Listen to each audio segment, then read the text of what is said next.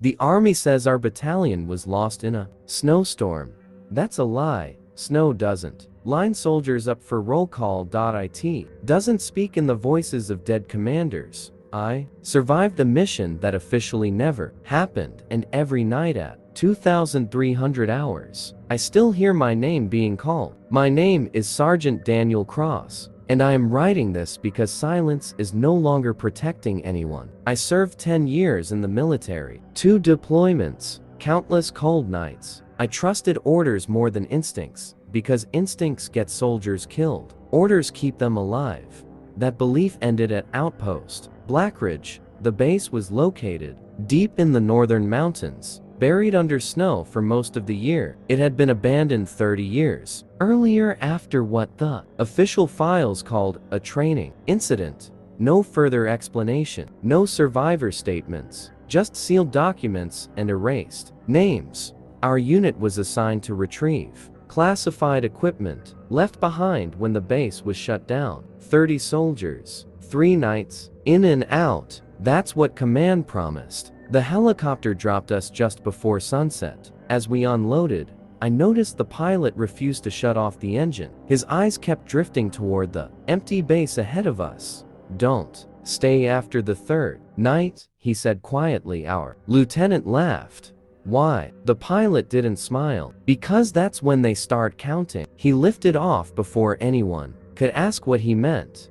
Blackridge felt wrong the moment we stepped inside the perimeter. The watchtowers leaned inward, as if listening. Barracks doors hung open, frozen mid-swing. Snow covered everything evenly. Unnaturally smooth. No animal tracks. No wind patterns. Just silence. Until we saw the footprints. Old military boots. Decades out of regulation. Perfect spacing. Perfect formation. Leading straight toward the central command bunker. Inside, the air was warm. Too warm for a place without power. Our breath fog. But the walls felt almost alive beneath my gloves. On the far wall, scratched deep into metal, someone had written the same sentence over and over. Do not answer the roll call. No one joked. No one spoke. At exactly 2,300 hours, the base loudspeaker crackled.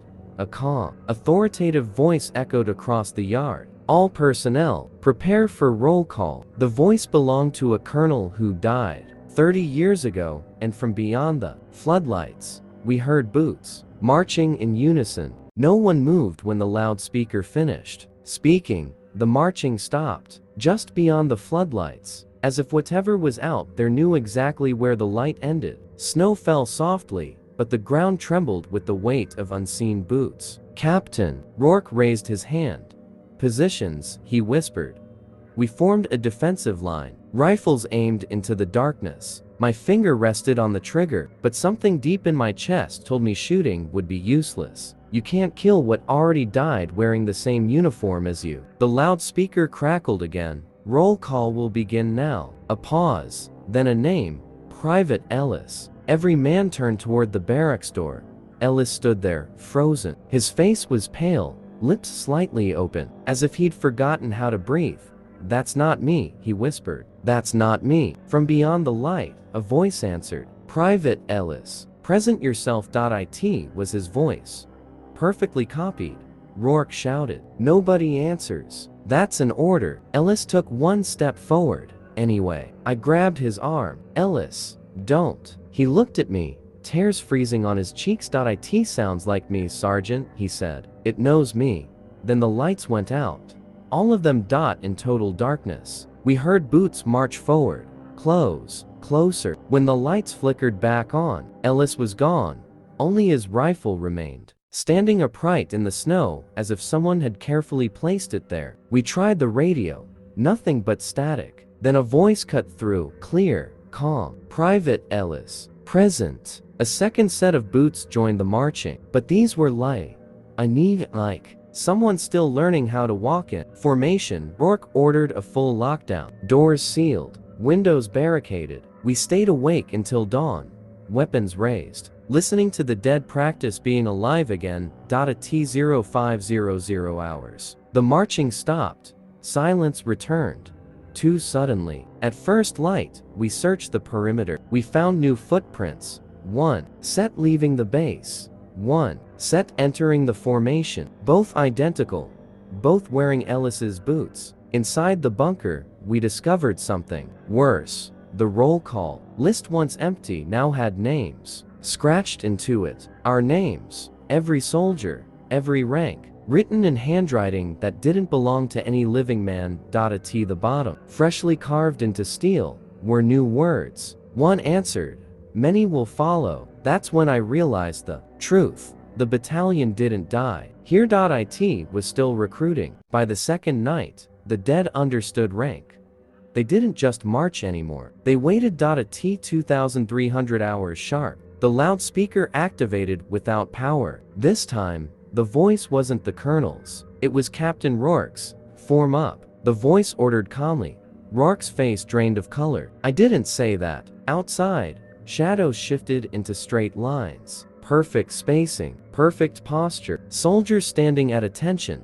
Faces hidden by darkness. Then the voice changed. "Sergeant Cross." My blood froze. I didn't answer. I clenched my jaw until my teeth hurt. A pause. Then boots stepped forward on set, stopping just outside the bunker door. Something scraped against metal. "Salute." That's when we realized they weren't hunting randomly. They were rebuilding the chain of command. When morning came, Corporal Hayes was gone. His rank insignia lay neatly folded on his bed, and one of the shadows outside now walked with authority. The bunker logs revealed rules. Old, bloody, written by soldiers who learned too late. Rule 1. Never answer verbally. Rule 2. Never salute back. Rule 3. If they use your rank correctly, it's already too late. At 2,300, they tested Rule 3. Medic Ruiz, the loudspeaker said gently. Ruiz stood up, didn't speak, didn't salute. He simply nodded. That was enough. The lights exploded. We found Ruiz at dawn, standing in formation. Outside, frozen, still breathing, waiting for orders that never came. We barricaded ourselves in Bunker 17. The place smelled of iron and old fear. Skeletons sat against the walls, still saluting. The logs confirmed it. The battalion died obeying orders from something that were command like a mask. At midnight, the loudspeaker whispered, "Bunker 17, acknowledged." The door began to open by itself. Private Nolan panicked. He fired into the dark. The screaming stopped, then resumed using Nolan's voice. By morning, Nolan was marching with them, rifle clean, eyes empty. He finally appeared. The colonel. No face, just a perfectly pressed uniform floating above the snow. His voice came from everywhere. "Good. Soldiers follow orders." Half the unit saluted without realizing.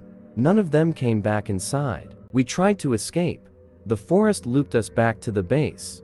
The dead stood watching. "Desertion noted," the colonel said. 2 soldiers dropped. Hearts stopped instantly. They needed leadership. Captain Rourke was dragged out screaming. "By morning." His voice came through the loudspeaker. "Promoted." The roll call list changed. My name moved to the top. Sergeant Cross, prepare to assume command. I stopped sleeping, stopped blinking. The dead saluted me now. The colonel gave one order: lead them. I refused. The base shook. Avalanche alarms triggered. The cover-up began. The avalanche buried the base. The dead didn't stop moving. They marched beneath the snow. So did I. They pulled me out days later. Only me. 30 names erased. Mission classified. But at night, I still hear boots. Every night at 2,300. I stand up. I don't know why. And somewhere far away, a battalion answers my voice.